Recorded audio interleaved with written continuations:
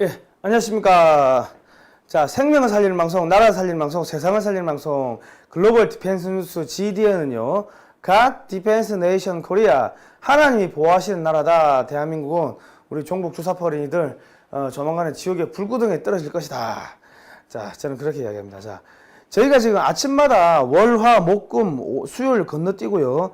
수요일 하루 쉬고 월, 화, 목, 금 오전 11시에는 이승만 대통령과 이 한국 근현대사에 대해 가지고 제가 계속 강의를 하고 있습니다. 하니까 우리 같이 공부를 해야 됩니다. 뭐 태극기 들고 저 토요일 날 광장에 나간다고 해가지고 그것만 해가지고는 나라 못 지킵니다. 이게 결과적으로 우리가 지금 역사를 잊어버렸기 때문에 그렇기 때문에 이런 혼란이 있기 때문에 이게 다시 근본으로 돌아가려면은 우리나라 조선의 조선 말기는 어땠는지, 해방 구간은 어땠는지, 해방 때는 어떻게 됐는지, 그리고 6.25 때는 무슨 일이 있었는지, 그리고 한국 근현대사는 어떻게 발전했는지, 이런 것들을 계속 좀 알아야 됩니다. 그래서 저희가 이런 방송을 하는데요. 우리나라 이제 소위 말하는 좌파들이, 야, 기독교 이야기 하지 마. 방송에서 종교 이야기 하지 마. 그런 이야기를 많이 합니다. 왜냐면 이승만 대통령께서 이 기독교를 한국에다 가지고 보급을 해가지고 미국의 기독교 세력들을 등에 업고서 조선 독립을 하고 대한민국 건국하고 그리고 6.25 때도 한국을 이 북한군의 남침으로부터 막아냈습니다. 그러다 보니까 사실은 기독교가 대한민국을 살린 거죠. 그런데 기독교 이야기 하지 마라 해버리면은 야, 기독교는 개독교다 이런 이 북한의 대남 공작에 힘입어 가지고 기독교는 개독교다 그렇게 말하시는 분도 계시고 기독교 이야기를 하지 마라 종교 왜 편향적이냐 그런 식으로 이야기를 하는데 그러면은 대한민국의 역사를 이야기하지 마라는 이야기고 이승만 대통령의 건국 정신이나 이런 거는 말을 못하게 틀어막는 하나의 그 수단입니다. 그러니까 우리 북한의 김성주 원래 본명은 김성주고 김일성이가 나중에 이제 김성주가 김일성으로 이름을 바꿉니다. 김일성 장군이란 분이 뭐 항일 운동을 했다. 그런 뭐 이야기가 있었기 때문에 바꾸는데 김성주의 엄마가 강반석인데 강반석이 옛날에는 우리 여성들한테 이름을 끝끝이 종말이 이제 끝내자고 이제 딸 놓는 거 끝내자고 뭐 종말이 이런 식으로 이 이름도 참 이상하게 지어줬는데 이 기독교가 들어오면서 이제 강반석, 뭐 에스더, 뭐 이런 식으로 여성들의 이름이 상당히 좀 뭐라 하면 좀 귀하게 좀 이쁜 이름으로 이게 바뀌게 된 거죠. 강반석 그러니까 김일성의 집안 자체도 그 장로 집안입니다. 외갓집이 다 장로 집안이고 그렇습니다.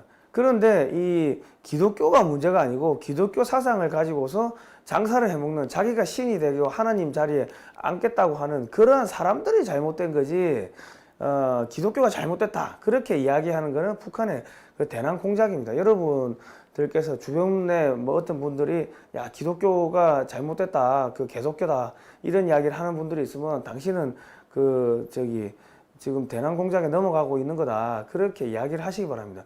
그리고 어느 분이 또 이렇게 분석을 하신 분이 그런 이야기를 하시더라고. 김일성 집안이 제1 안식교 뭐 집안이었다 뭐 그런 이야기를 하시는데 제가 제일 안식교가 저는 뭔지는 모르겠는데 그런 이야기를 하시더라고요. 어쨌든 간에 그쪽도 기독교 집안이었다. 그럼에도 불구하고 거기서 김성주라는 괴물이 나왔다. 자기가 하나님이 되기 위해 가지고 지금 사람들을 죽이고 있고 또 자기 자식한테 물려주고 자기 자식도 괴물이 됐고 김정은이도 괴물이 됐고 그렇습니다. 그냥 기독교가 문제가 아니고 기독교를 활용을 해가지고 하나님을 빼고 그 자리에 자기를 집어넣어 가지고 이단화 시키는 뭐 그런 사람들이 문제가 있는 거다. 저는 그런 말씀드리면서 오늘 뭐 또 이야기를 또 들어가고자 합니다. 한국 우주산업의 아버지 이승만 대통령 자 광고는 끝까지 봐주시고요. 좋아요 누르시고 구독 신청 누르시기 바랍니다. 광고를 끝까지 봐주시면 저희 경영에 큰 도움이 됩니다. 자 우리나라의 이 3단 이게 최초 지난 시간에 우리가 이제 항공산업의 아버지라고 해서 이승만 대통령이 항공산업에 얼마나 투자를 했는지 그런 거를 이제 알아봤는데요. 지금 이제는 우주산업입니다. 사실 항공우주산업은 같이 가는 기술이 같은 기술입니다. 항공 기술이 있고 그 위에 한 단계 넘어가서 조금 더 진화되면 우주기술로 넘어가는데 항공우주산업의 아버지라고 하려고 하니까 이 내용이 너무 방대해가지고 항공산업 아버지 이승만 대통령 하기가 먼저 띄고 그 다음에 또 우주산업의 아버지 해가지고 또 저희가 1시간을 더 하게 됐습니다. 자, 대한민국 최초의 3단 로켓 발사 성공은 1959년에 했다. 59년 7월 27일 날 국방부 과학연구소 국산 3단 로켓 시험을 발사한 시험 발사에 성공했다. 그런데 지금 이게 로켓 이게 최대 고도 40km, 최대 81km를 비행할 수 있는 성능을 지닌 것으로 알려졌다. 이쪽이 그 당시 영상인데 한번 이 영상을 한번 보시기 바랍니다. 우리가 50년대 말 뭐 그때 벌써 이승만 대통령께서는 이런 3단 로켓을 개발했는데, 근데 우리가 여기서 정확하게 알아야 될 건 이 3단 로켓도 일본 사람들이 놔두고 간 거, 그 우리가 분해하고 뭐 역설계하고 해가지고 조금 손보고 해가지고 한 겁니다. 그러니까 일본 사람들이 가면서 모든 걸 파기하고 간 게 아니고 뭐 다 놔두고 갔어요. 그러니까 나중에 우리가 충무공함이라고 해가지고 6.25 이전에 충무공함이라 가지고 그 소형 함정도 건조라는데 그것도 일본 애들이 놔두고 간 거다.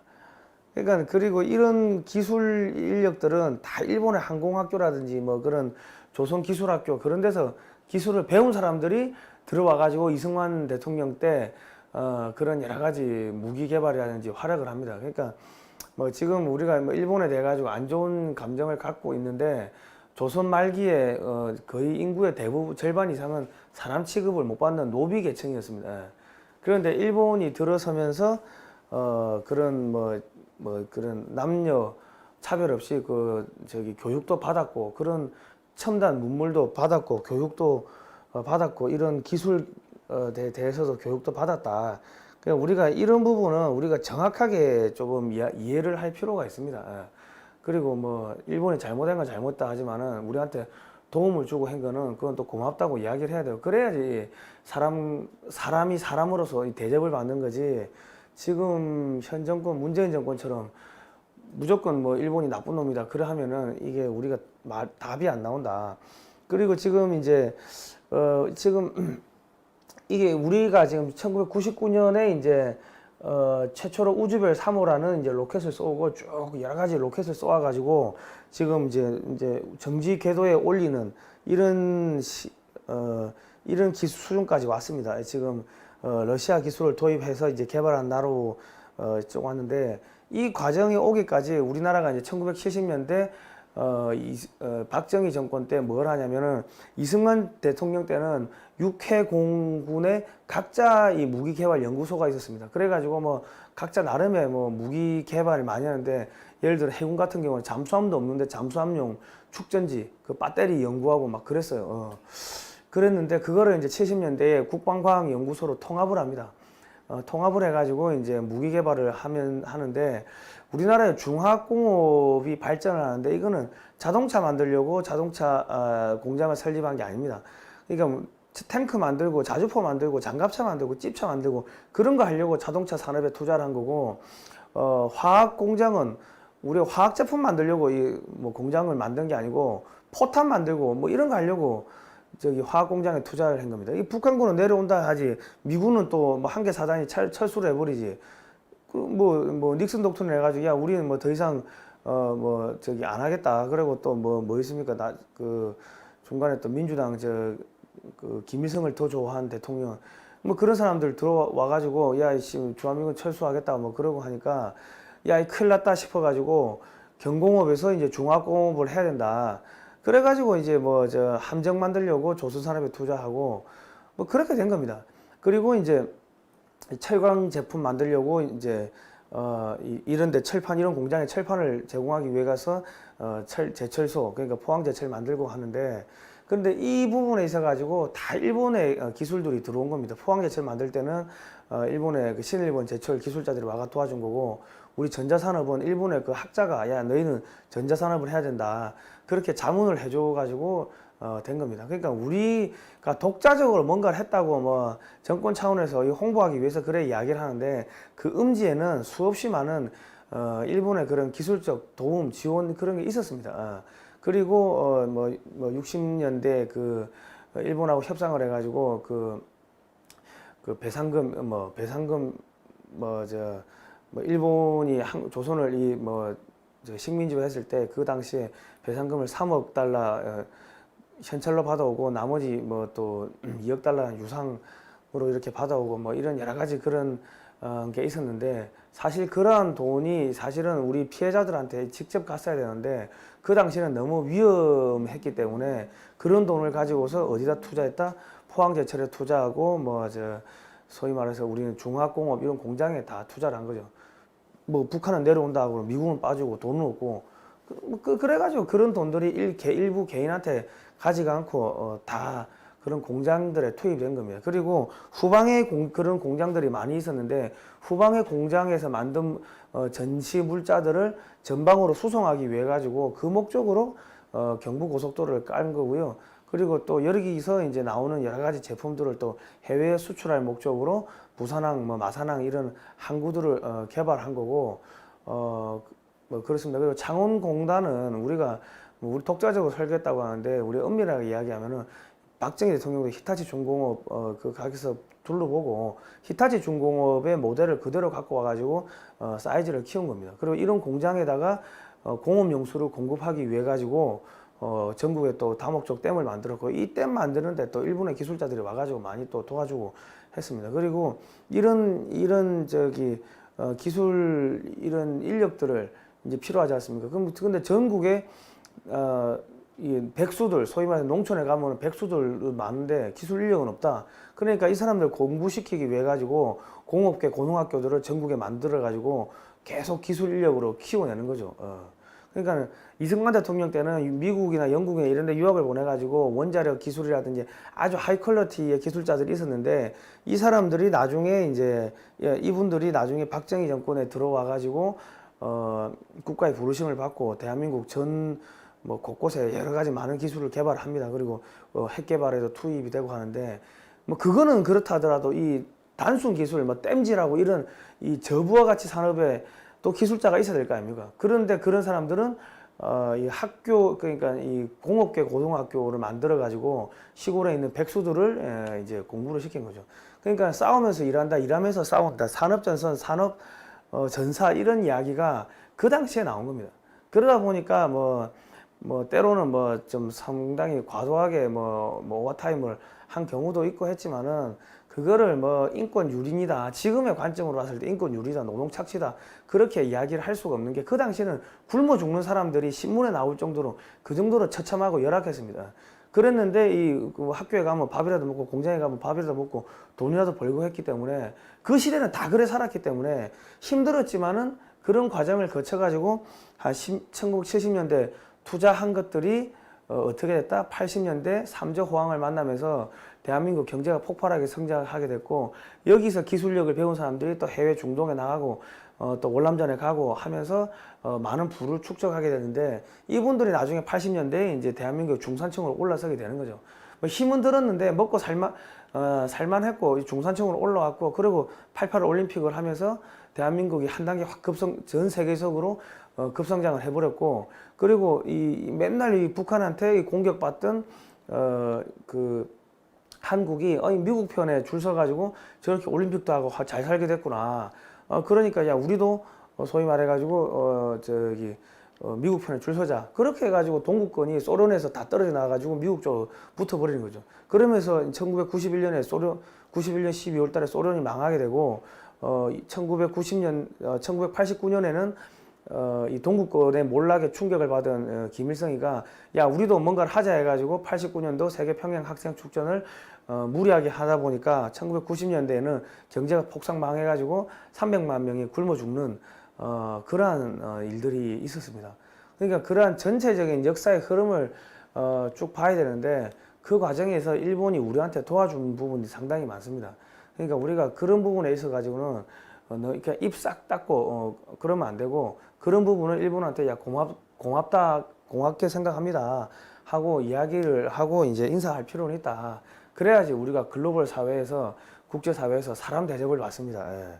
자 러시아가 러시아 기술을 도입해 가지고 이 개발한 나로호 그 나로호가 3번을 실패를 했는데 그 3번 실패했다고 해가지고 기술력이 떨어진다 그렇게 이야기할 게 못 됩니다. 왜냐하면 한 번 실패를 하면서 이 또 분해하고 이 연료를 넣었다 뺐다 뭐 그런 것들, 그리고 발사대를 세웠다 내렸다 세웠다 내렸다 이런 것들은 여러 번 또 훈련을 해본 거죠. 그러니까는 처음에 한 번 휙 해가지고 성공했으면은 그런 여러 번 훈련을 못 해봤을 건데, 첫 번째 할 때 야 쏠라고 하는데 날씨가 안 좋아가지고 다시 내리고 연료 빼고 또 연료 넣고 연료 또 세웠다가 날씨가 안 좋네 하고, 이런 과정을 몇 번 반복했고, 한 번 해가지고 실패하고 두 번째로 또 그런 과정 하면서 이때 엄청나게 한국의 기술자들이 이 많은 시험을 해봅니다. 그리고 처음에는 뭐 앞에 뭐 덮개가 뭐 페어링이 안 됐다 그러면, 야 페어링 관련해 가지고 야 러시아 측의 책임 소재냐 뭐 이렇게 기술이 이상하다 뭐 해가지고 치고받고 싸우고 하면, 그러면 야 까봐라, 공동으로 조사하자. 공동으로 조사하면 이거 열어야 되고 해킹 기술 열어야 되고 뭐 그러면은 뭐 기술 다 넘어오는 거죠. 뭐 그런 식으로 해가지고 기술이 다 넘어왔다. 그래 보시면 됩니다. 자, 그래가지고 지금 누리호라는 대한민국 최초 자력 우주 발사체를 또 만들었다.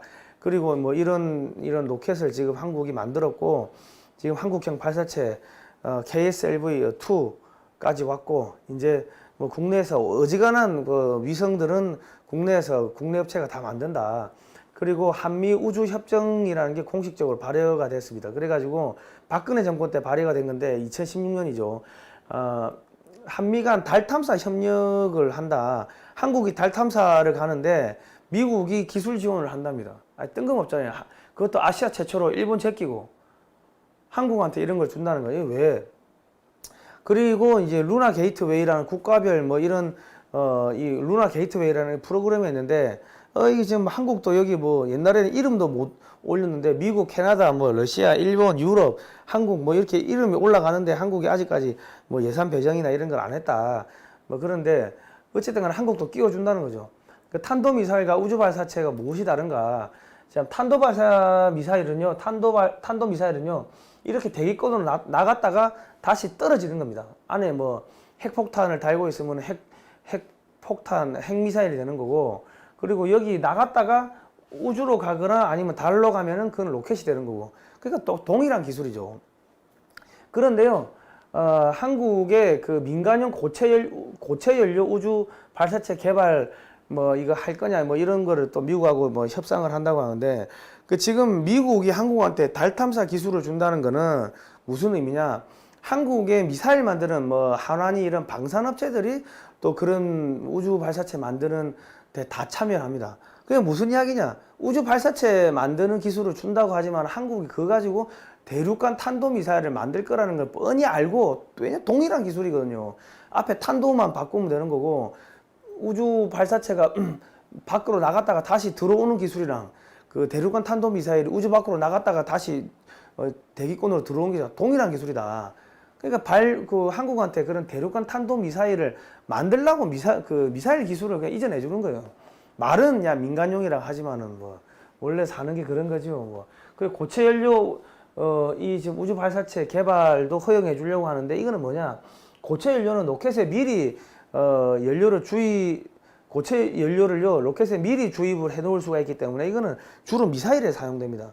그러니까 이게 대륙간 탄도미사일을 만드는 기술을 다 준다. 그 족쇄를 풀어주는 거죠. 지금 한국의 미사일 탄도 중량 제한이 38년만 해제됐다.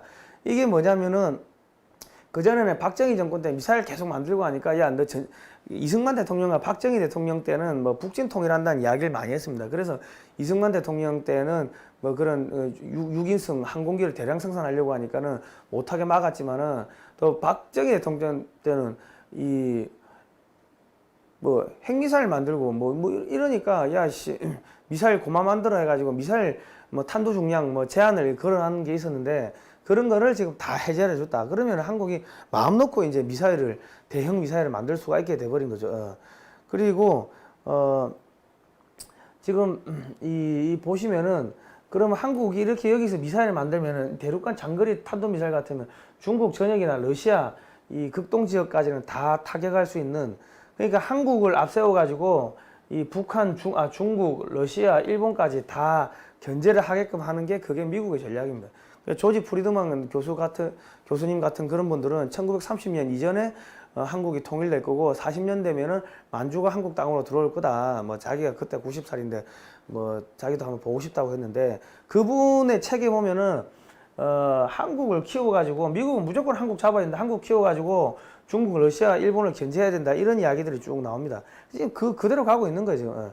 자, 그럼 왜 일본을 갖다가 뭐 또 견제를 해야 되는가?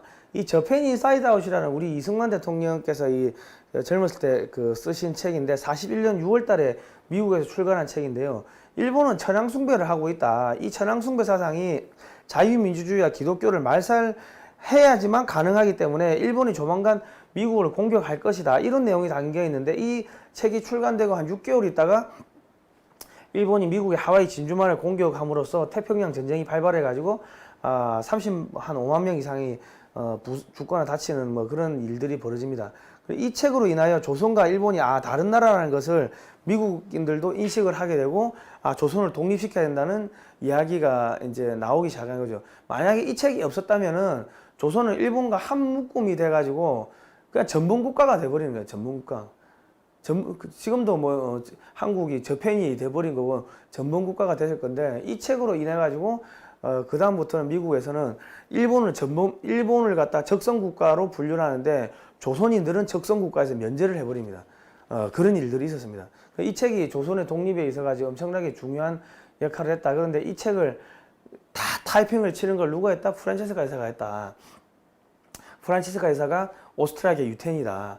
그러니까 오스트리아계 유태인의 도움이 없었다면은 조선의 이 독립은 불가능했습니다. 이승만 대통령이 뛰어나신 것도 있지만은 그 밑에서 음지에서 그걸 다 도와주신 분이 누구나 우리 프란치스카 여사다. 그러니까 사실 조선의 독립, 대한민국의 독립의 대한민국 건국의 절반은 이승만 대통령이 하셨고 절반은 프란체스카 여사고 했다고 보시면 됩니다. 왜냐하면 프란체스카 여사가 이 독일어도 잘하고 영어도 잘하고 프랑스어도 잘했기 때문에 미국에 이승만 대통령이 계실 때 그 집으로 뭐 유태인들뿐만 아니라 기자들, 학자들, 뭐 정치인들이 찾아와 가지고 온갖 이야기를 다 했는데 그게 다 정보 아닙니까?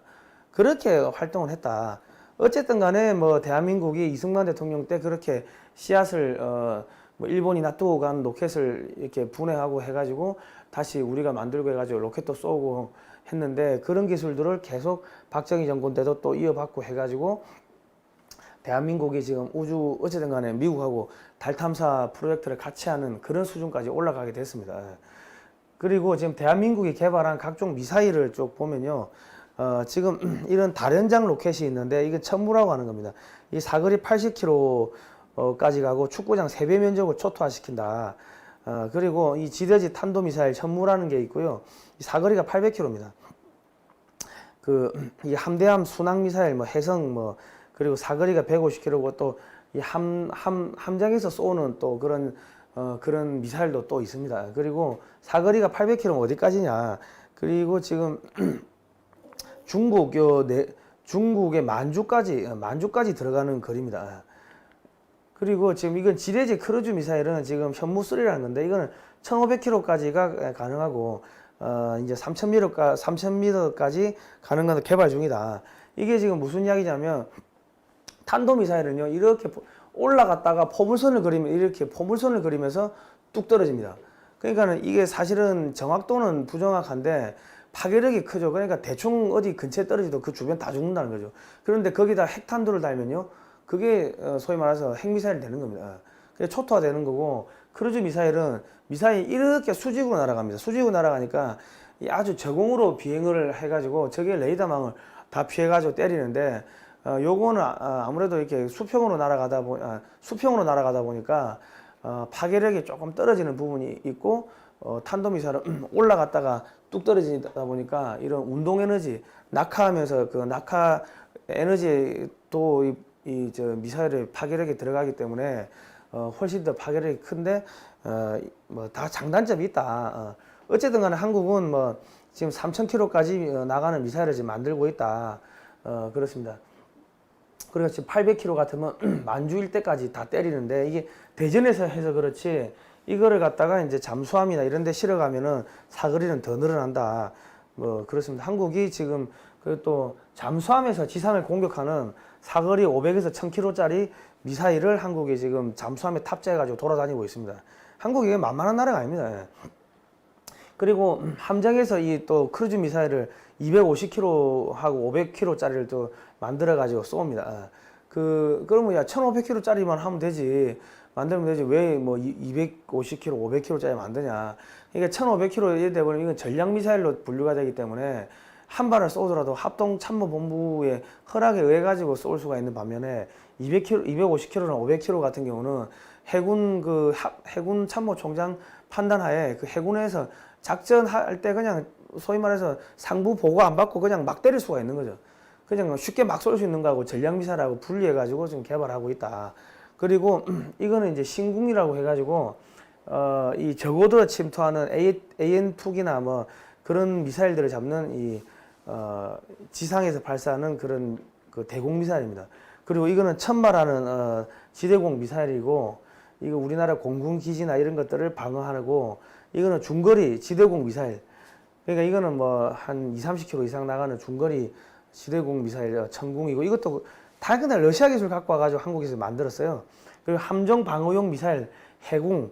이제 우리나라 함정에서도 이제 우리가 만든 미사일이 발사가 된다. 그리고 이 미사일 발사체를 만드는 것도 발사요 경락고를 만드는 것도 기술인데 이것도 우리가 다 국산을 했다. 그리고 대전차 미사일 현궁. 그러니까는 뭐 북한 전차 전차 같지도 않은 전차 저거 한 대 잡으려고 80억짜리 전차를 K2 전차를 만드니 돈이 아까우니까 대전차 미사일 옛날에 한 만여 발 갖고 있던 것들을 지금 국산으로 다 대체를 하는데 이 지금 차에 4발 싣고 다니면서 이제 쏘는 거죠. 그러면 하늘에서 이렇게 떨어지면서 그냥 때린다. 그리고 이런 미사일을 갖다가 우리나라 장갑차들이 또 이렇게 4발씩 탑재하고 다닙니다. 그러니까 우리나라 장갑차가 10대가 가면은 적전차 40대를 격파할 수 있는 그런 화력을 갖고 있습니다. 그러니까 한국이 이 지금 미사일 강국이다. 그리고 이제 또 헬기도 이 독자적으로 이제 유로콥터의 이런 모델을 가지고 와가지고 우리 입맛에 맞게끔 또 다시 재설계를 하는데 여기다가 이제 로켓을 달아가지고 항공기에서 이제 로켓을 쏘는 그런 미사일도 만들었다. 이게 천금이라는 거고요. 그리고 KF-X용 공대함, 공대지, 공대공 미사일도 개발 중인데 그전에는 왜 우리가 그런 거를 개발 못했는가. 왜냐하면 개발을 하려면은 독자적인 플랫폼이 있어야 됩니다. 이 비행 전투기에다가 그런 미사일을 탑재하고 뭐 이런 걸 하려고 하면은 그 로키드 마틴이나 보잉의 허락을 받아야 되는데 그 과정에서 로키드 마틴이나 보잉의 그런 기술 유출이 우려되기 때문에 허락을 안 해주죠. 그러니까 우리가 원천적으로 그런 미사일을 이 전투기나 헬기에서 발사하는 미사일을 우리가 개발할 수가 없었는데 우리가 공격 헬기를 만들면서 그런 미사일도 독자적으로 개발할 수 있게 됐고 이제 KF-X라는 국산 4.5세대 스텔스 전투기가 2023년 되면은 이제 배치가 이제 그 시제기가 나올 겁니다. 그러면 거기에 또 탑재해가지고 실험해보고 하면서 그런 다양한 미사일들을 만들 수가 있게 된 거죠. 자, 그리고 이건 국방과학연구소가 개발 중인 시속 300km급 초공등 어뢰입니다. 어뢰가 물속에서 시속 300km로 지나가는 겁니다. 이런 것도 지금 만들고 있다.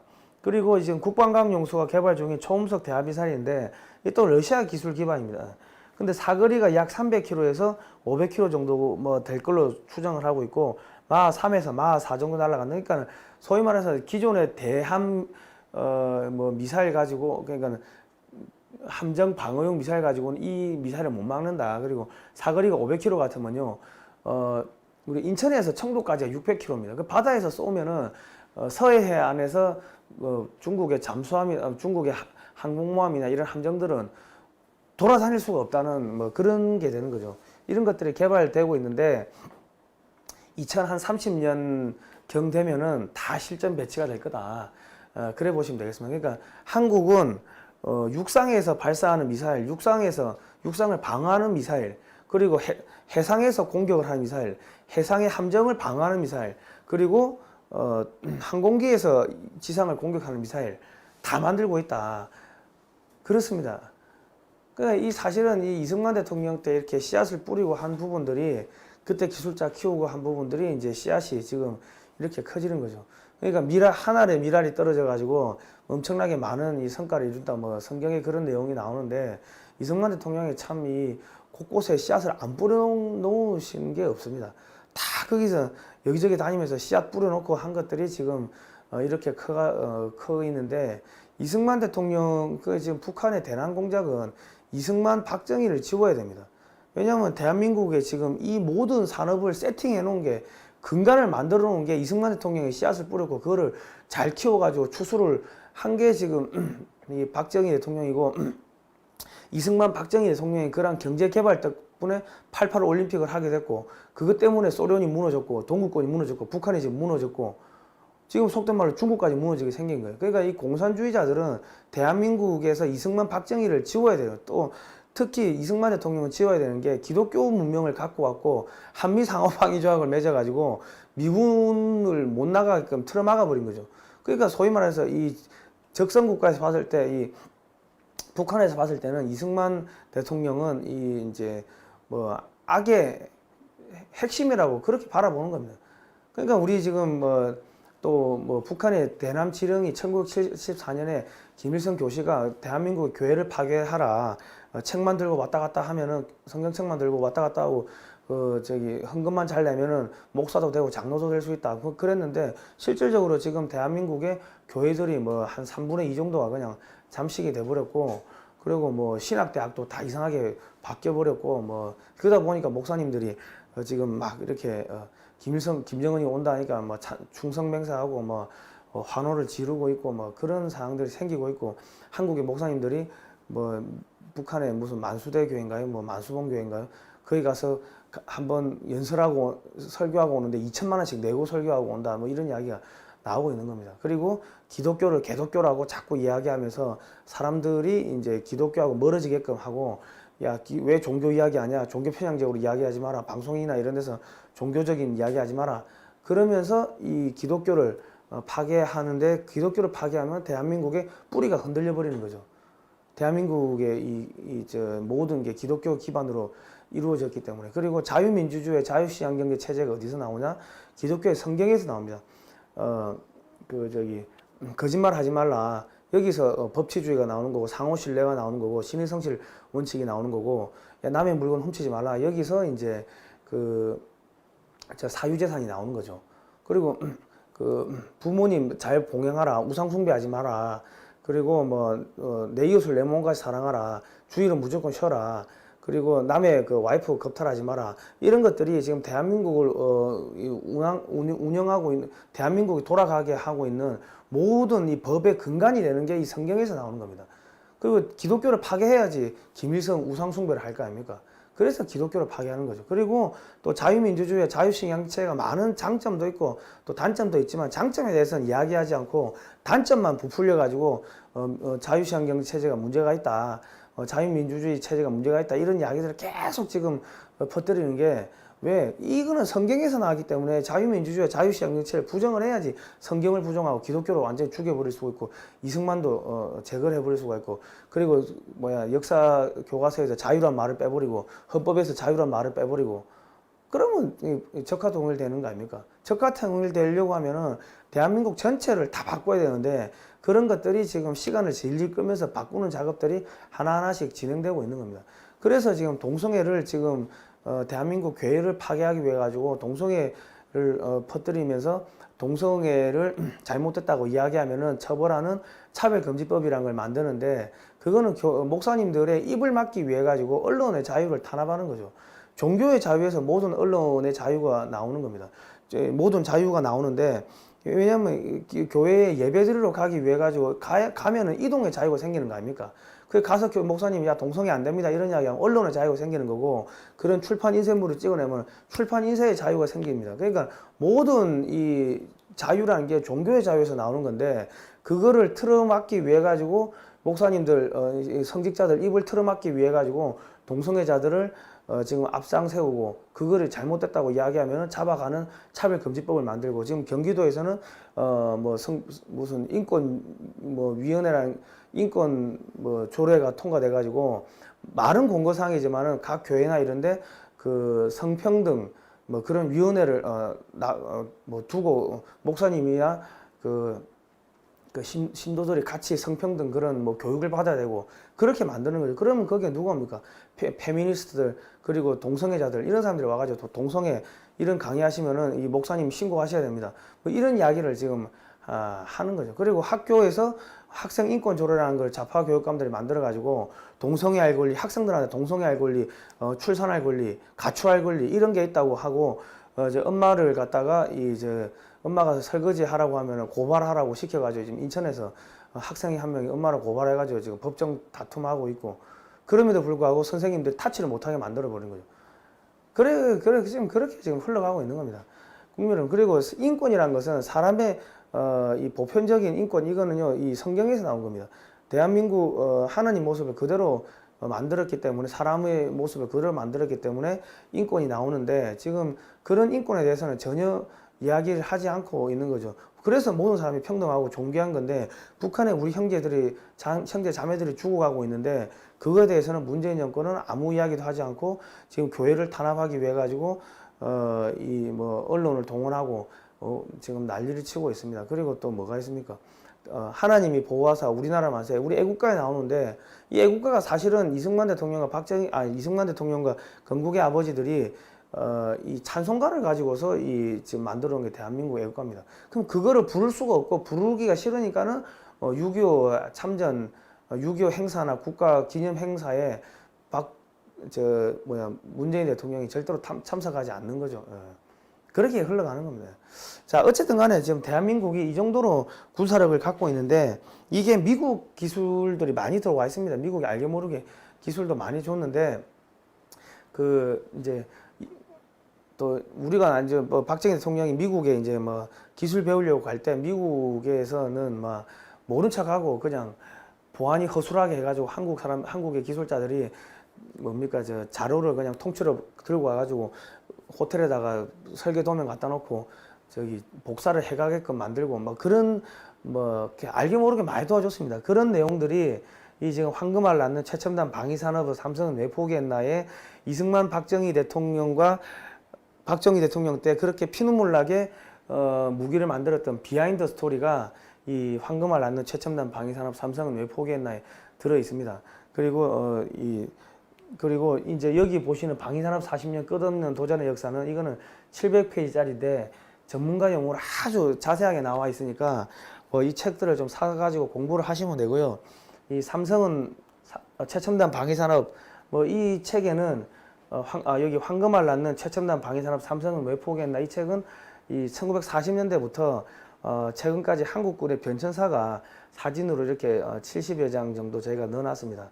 희귀한 사진들인데 이런 거를 왜 했냐면은 사진으로만 봐도 대한민국이 얼마나 위대한 발전을 해왔는지 그런 것들을 저희가 이제 알려주기 위해 가지고 이렇게 했으니까 이 책은 이 대한민국이 앞으로 어떻게 가야 될지 전략도 많이 담고 있습니다.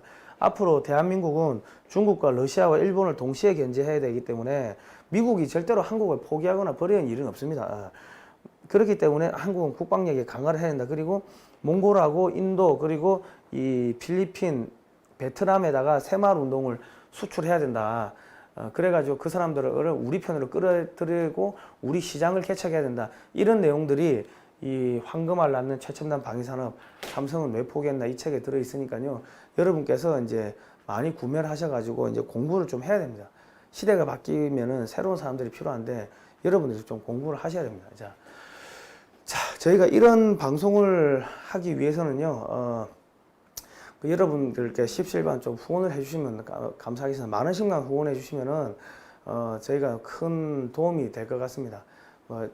저희가 이승만, 박정희, 저 대한민국의 근현대사, 6.25 이런 방송만 하면은 그냥 광고 부적절로 그냥 걸립니다. 그러니까 누군가가 신고하는 사람들이 많다는 거죠. 어쨌든 간에 저희가 방송 광고 부적절이 많이 걸린다는 거는 저희가 제대로 된 이야기를 하고 있다는 거니까 이런 방송국을 여러분들께서 좀 십실반 키워주시면은 감사하겠습니다. 저희가 다음 시간에 또 뵙도록 하겠습니다. 고생하셨습니다.